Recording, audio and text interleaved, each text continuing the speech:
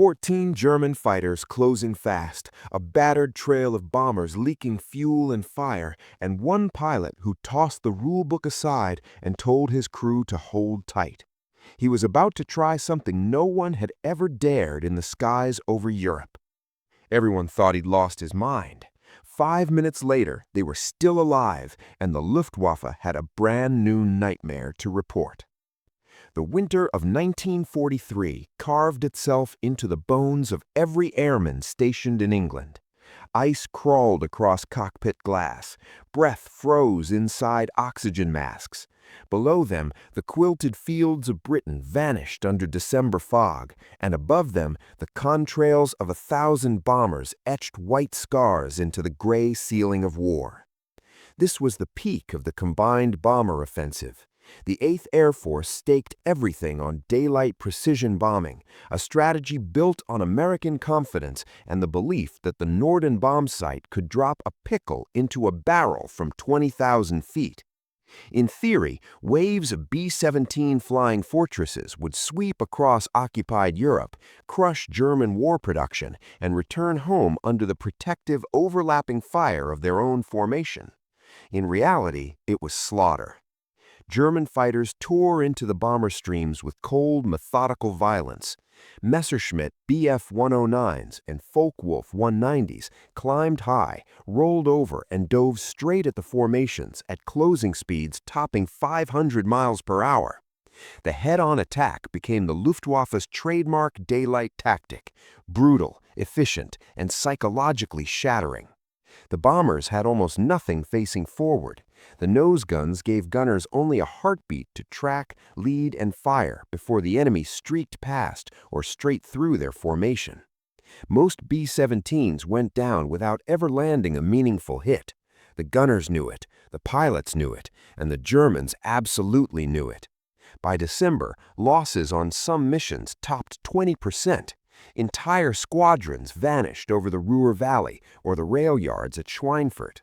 Crews flew their tours in a state of grim endurance, counting missions like prison days, fully aware the odds were stacked against survival.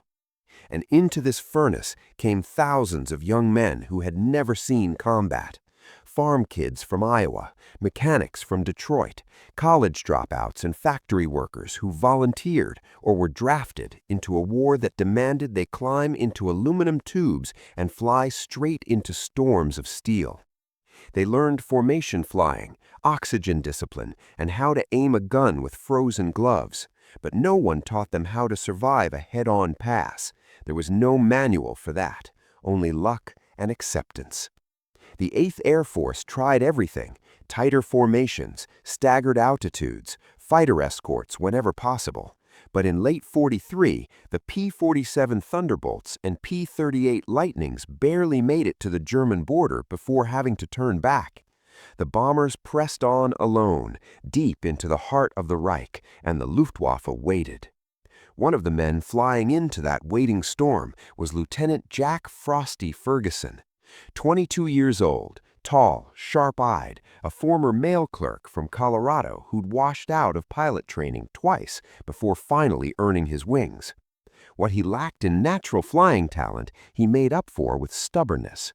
His crew trusted him not because he was fearless, but because he was cautious, precise, and absolutely unwilling to let panic dictate his decisions. His B-17 Highball Express had already taken a beating in previous missions. Patches covered the fuselage like metal scars. The left waist window frame was bent from a near miss, and the radio operator's table still carried a gouge from the cannon shell that killed his predecessor 2 weeks earlier.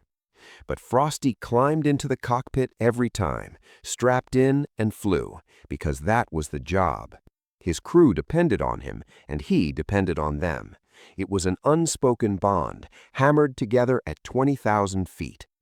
The sound of it all was overwhelming and surreal. The thunder of Wright Cyclone engines at cruise power, the metallic rattle of turrets swinging on ball bearings, the crackling radio calls as pilots shouted out enemy positions, then the shriek of diving fighters, the hammering bursts of 20mm cannons ripping through aluminum skins, the sickening thud of rounds hitting flesh. and sometimes the horrifying silence when an engine quit or a wing folded and a bomber began its long, helpless fall toward the earth. Into this crucible flew First Lieutenant James Howard on his 23rd mission. If this history matters to you, tap like and subscribe. James Hobel Howard didn't look like the kind of man who would rewrite the rules of air combat. He was quiet, deliberate, more thinker than talker. Born in Canton, China in 1913 to missionary parents, he grew up surrounded by unfamiliar languages, shifting cultures, and a constant sense that nothing in life was guaranteed. His father ran a medical mission. His mother taught school. Howard learned early how to solve problems with limited resources and without backup. He returned to the U.S. for college, enrolled at Pomona, and studied pre-med, but the pull of aviation beat out anatomy textbooks. In 1937, he left school and joined the Navy as a cadet. He washed out not from lack of talent, but from a minor medical issue that kept him grounded. That should have been the end of his flying career. For most people, it would have been. Howard went to China instead. In 1941, he joined the American Volunteer Group, the Flying Tigers, just months before Pearl Harbor. Under Claire Chennault, he flew Curtiss P-40 Warhawks against Japanese bombers and fighters over Burma and southern China. The AVG fought outnumbered, outgunned, and on their own. No spare parts, no reinforcements, no second chances. Survival depended on creativity, aggression, and the ability to think several moves ahead. Howard thrived. He learned to squeeze every advantage from the P-40, its dive speed, its toughness, its ability to take hits and stay in the air. He learned to bait the enemy, to use the sun as a weapon, and to avoid fighting fair at all costs. In 6 months, he scored 6 confirmed kills and became one of the Tigers' most reliable sticks. When the AVG disbanded in mid-1942, Howard returned to the U.S. and joined the Army Air Forces. He expected to head to the Pacific. Instead, he found himself posted to England with the 354th Fighter Squadron of the newly formed 355th Fighter Group. They flew P-51 Mustangs, sleek, long-range fighters destined to become the war's most iconic escorts. But in late '43, the Mustang force was still tiny, the bomber offensive was reaching a breaking point, and the losses kept climbing. Howard was older than most fighter pilots, 30 years old in a world of 22-year-olds. He didn't drink hard or chase thrills. He studied mission reports. He asked questions. He thought in systems. How does the enemy move? Where are the gaps? What's the pattern? His squadron respected him, even if they didn't always understand him. He was calm, competent, and strangely fearless, not with bravado, but with analysis. He flew like someone solving an equation at 300 miles per hour. On January 11, 1944, Howard was assigned to escort a bomber formation heading for German industrial targets near Oscherleben, deep in central Germany. It was a maximum-range mission. The fighters would barely have enough fuel to reach the bombers, protect them for a few minutes, and sprint back to England before running dry. Howard lifted off into the frigid morning, joined his flight, and climbed toward the bomber stream. He had no idea that within the hour he'd be alone over Germany, facing a decision that no training manual had ever prepared him. Tried the radio, only static. Scanned the sky for friendly fighters, nothing. The bombers had minutes left, maybe less. If he turned back now, he might make it home. If he engaged alone, he'd be outnumbered more than 10 to 1, and once the Germans realized he was the only defender, they'd crush him. No doctrine covered this choice. No briefing prepared him for it. It was a brutal, simple equation. Leave them or fight. Howard shoved the throttle forward and dropped toward the bombers. The German fighters hadn't begun their run yet. They were still organizing, climbing, spreading out, setting angles, lining up the perfect slaughter. Howard knew he had one edge left: surprise. A lone Mustang charging an entire Staffel wasn't just unexpected, it was absurd. He closed the gap fast. The bombers filled his windscreen, their ball turrets swinging, waist gunners tracking shapes through the haze, the formation tightening instinctively as they sensed danger rising from below. Then the first German flight peeled off and dove. Two Messerschmitts coming head-on from 11 o'clock high, nose guns primed, cannons armed, perfect attack angle. The bombers couldn't move. They were locked in formation, flying straight into the jaws of the run. But Howard was already there. He rolled hard, pulled lead, and fired. His tracers slashed across the sky and clipped the wing of the lead Messerschmitt. The fighter jerked, rolled, and bailed out of the dive. The second followed. Neither pressed the attack. Too dangerous. The Mustang was in the way, and the Mustang was shooting. Howard climbed, rolled, and slid back into the formation. This time, he parked himself just ahead of the lead B-17, low and centered, perfectly framed against the sky. At first, the bomber crews didn't know what he was doing. Some thought he'd been hit and was trying to stay close for rescue. Some thought he was lost. A few gunners tracked him nervously, fingers on their triggers, because anything fast and close was normally a threat. Then the Germans came again. Howard held position. He waited until the last possible heartbeat, then fired a tight burst and snapped left. The Germans flinched. They broke off again, and the bomber crews understood. He wasn't lost. He wasn't damaged. He was the shield. The Luftwaffe regrouped. They tried beam attacks. Howard met them sideways. They tried diving strikes. Howard climbed into their path. They tried coordinated multi-angle runs. He pivoted, fired, and scrambled their timing again and again. The Germans weren't quitting. They were skilled and determined, but they were also flying inside a box of physics and fear. Every pass Howard contested was a pass that failed. Every failed pass burned fuel, morale, and opportunity. Then something unexpected happened. The bomber gunners started working with him. They held their fire when he maneuvered. They called out threats over the radio. They watched his six, safeguarded his blind spots. An unspoken partnership formed. 30 bombers and 1 fighter facing an enemy that outnumbered them all. For half an hour, Howard fought alone. He burned through ammo, burned through fuel, took hits, small caliber rounds punching through his wings and fuselage, missing vital parts by inches. His engine ran hot, his hands ached, his vision tunneled from adrenaline and oxygen debt.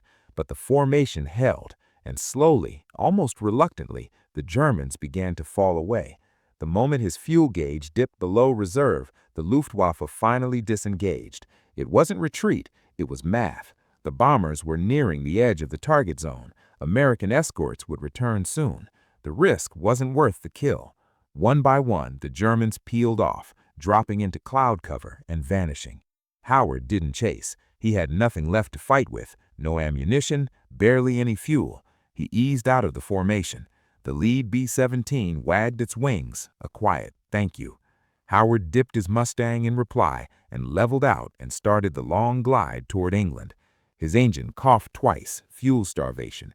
He leaned the mixture to the edge of stalling and coaxed a few more minutes of life from the dying engine. The English coastline finally appeared through the haze. He crossed it at 2,000 feet, too low for comfort, too high to bail out if things went wrong. He put the Mustang down at the first field he spotted. The wheels hit. The aircraft rolled to a stop. The engine gasped once, then died. Ground crews sprinted toward him. They found bullet holes in the wings, the tail, the fuselage. They found an engine that had been running on little more than fumes. And they found a pilot who had flown farther, stayed longer under fire, and engaged more enemy aircraft alone than any escort mission on record. What they didn't find was a single scratch on him. Howard climbed out, filed a brief and calm combat report, and said little. He listed the bombers, the Germans, the maneuver without exaggeration or bravado, just facts. The bomber crews told a very different story. The bomber crews were the first to land, frost-shaken, exhausted, and still running hot on adrenaline. But the moment their wheels touched the runway, they were already talking about the Mustang pilot who had stayed with them long after any sane man would have turned home. Ground officers expected the usual scattered reports, a few conflicting details, some exaggerated claims, and the kind of foggy recollection that always followed a heavy German interception. But that's not what they got. Every crew told the same story. Different voices, different perspectives, Same impossible sequence of events. A lone Mustang, dozens of enemy fighters, 30 bombers saved, a pilot who refused to break away no matter how many Germans came at him or how many times his aircraft took hits. And then came the line that no intelligence officer could ignore. That Mustang fought like 3 fighters at once. The phrase spread fast across the briefing rooms, intelligence offices, and across the airfields of the 8th Air Force. Men who had never heard of James Howard were suddenly repeating his name as if he were a veteran ace from the Pacific. But the official recognition still had to go through the slow, grinding gears of military bureaucracy. The bomber group sent in formal statements, handwritten reports from pilots, co-pilots, waist gunners, tail gunners, and bombardiers, each describing the same thing: a single Mustang holding off wave after wave of determined German fighters. Some of the reports bordered on disbelief. He flew like he had someone else loading his guns. Every time I thought we were done, he came back again. He stayed with us even after the rest of the escort turned home. But the most striking line came from a B-17 commander whose squadron had been moments from a fatal pass. That P-51 saved every one of us. Higher headquarters took notice. Then they took interest. Then they took action. First, they pulled Howard's gun camera footage, grainy black and white film that showed brief flashes of combat, enemy shapes darting in and out of frame, and the muzzle bursts of his 50 cals. Not everything was visible, but it was enough to confirm engagement after engagement after engagement. Next came the eyewitness interviews. Men were called back into rooms to describe the angles, timing, distances, and positions of German attacks. Every detail was cross-matched with the next, and again, everything aligned. This wasn't a rumor or a myth inflated by fear and adrenaline. This was real. This had happened. A pilot had fought a 30-minute defensive battle alone against a sky full of German fighters and refused to break. Then came the part Howard never expected. A major from headquarters walked into the squadron, carrying a folder thicker than the usual paperwork. He called Howard aside, calm, formal, businesslike. "Lieutenant," he said, "you're being recommended for the Medal of Honor." Howard blinked at him, not in excitement, but in disbelief. Of all the pilots in the 8th Air Force, of all the missions flown over Europe, of all the brutal days where men had risked and sacrificed everything, he never imagined his name would be spoken in the same sentence as the highest military decoration in the nation, especially not over a mission where he had simply done what he thought was right. He didn't celebrate. He didn't brag. He didn't even smile. He just nodded and said quietly, "I was doing my job." But outside the room, the legend was already growing. Bomber crews were calling him the Lone Wolf of January 11th. Airmen were writing home about the Mustang pilot who fought like an entire squadron by himself. And the press, oh, the press would soon turn him into a national headline. But before that happened, there was one more mission ahead of him, a mission that would confirm everything the world was starting to believe. The Medal of Honor recommendation moved upward slowly, making its way through the channels of command. It would take months before it reached Washington, months in which Howard kept flying, kept fighting, and kept proving that what happened on January 11th was no accident. Over Europe, the war raged on. Bomber raids continued, each one a brutal gamble against flak, weather, and German fighters. Every mission had its own rhythm of terror. Crews climbing into freezing aircraft at dawn, hearing the engines roar, wondering who would come back and who would not. But ever since that day, escorts had begun flying a little closer, not recklessly, not suicidally, but with a new philosophy, one Howard had demonstrated under fire. Disruption beats destruction. You didn't need to shoot every enemy down. Sometimes you just needed to get in the way. Fighter squadrons discussed it in briefings. Commanders debated it in planning rooms. Pilots talked about it over midnight coffee, how one Mustang had broken the Luftwaffe's rhythm and given the bombers something they hadn't felt in months: hope. And it wasn't just talk. German pilots were noticing it too. Captured Luftwaffe flyers told Allied interrogators that American escorts were no longer acting predictably.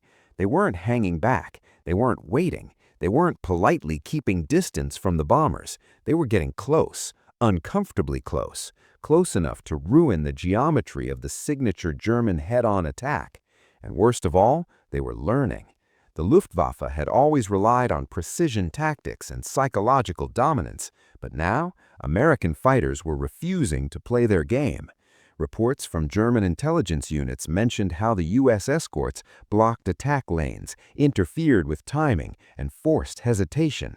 That hesitation, a half-second delay, a tiny break in momentum, was often the difference between a bomber making it home or blowing apart in the sky. Howard didn't claim credit for any of that. He barely talked about the mission at all, but others did. New pilots arriving in Europe heard the story on their first week. Flight instructors used his actions as a case study in creative defense, and seasoned aces, men with dozens of kills, spoke about it with genuine respect. One veteran pilot said, "Any man can pull a trigger. Not everyone can change a battle." Another, "He didn't just save bombers, he changed how we fly." By spring, the legend of James Howard had taken on a life of its own. And then, finally, in April 1944, the message arrived. President Franklin Roosevelt approved the Medal of Honor. It was official. James Howard had become the only fighter pilot in the entire European theater to earn the nation's highest military award. Not for killing the most enemies, not for perfect flight maneuvers, but for something far rarer.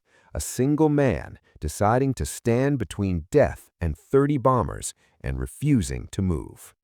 What the world didn't know, at least not yet, was how far-reaching the impact of that decision would become. The ceremony took place on a cool April morning, far from the roar of engines and the thunder of battle. Brass-polished, uniforms crisp, reporters leaning forward with notebooks ready, photographers adjusting lenses, waiting to capture the face of the man whose story had already spread across America. James Howard stepped forward when called, calm, steady, almost reserved. He looked more like a quiet engineer than a headline-making hero, but every man in that room knew exactly who he was and what he had done. The Medal of Honor citation was read aloud, praising his gallantry and intrepidity above and beyond the call of duty. Words like courage, skill, and extraordinary heroism echoed through the hall. Howard just listened, not proudly, not smugly, just respectfully, because in his mind he hadn't done anything extraordinary. He'd simply seen a deadly gap in the bombers' defenses and filled it. When they pinned the medal to his chest, the room erupted in applause. Pilots, generals, correspondents, mechanics, all honoring the man who had stood alone in a sky full of enemies and refused to give up. But the medal didn't change him, not even a little. He returned to flying, returned to training new pilots, returned to improving tactics for the next missions. He fought through the rest of the war, teaching younger airmen the same mindset that had carried him through the fire. Think clearly, act deliberately, and never wait for someone else to solve the problem in front of you. By VE Day, Howard had racked up 12 confirmed victories, 6 in Europe and 6 from his time with the Flying Tigers. A respectable record, but far from the top of the ace list. And yet, every man who flew with him understood something deeper. His impact couldn't be counted by the number of enemy planes destroyed. It was measured by the bombers that came home because he was there.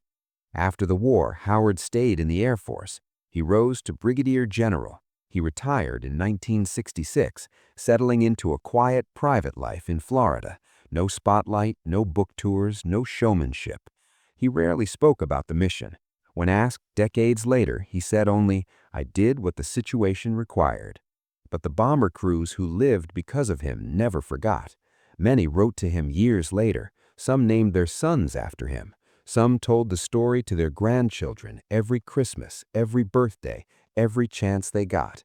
And when James Howell Howard passed away in 1995 at the age of 81, the men who had flown above Germany half a century earlier came to say goodbye. They didn't talk about formations, tactics, or doctrine. They talked about the day a lone Mustang refused to leave them, about the pilot who stayed when every logical reason said turn back, about the moment one man's clarity and courage changed the course of a battle. In the end, Howard's legacy wasn't a medal or a maneuver or a line in a history book. His legacy was a truth as sharp as any weapon.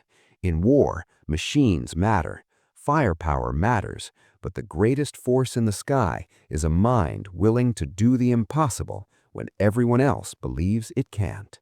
And on January 11th, 1944, James Howard proved it, alone against an entire German fighter group with 30 bombers counting on him. One man, one Mustang, one decision, and history was never the same.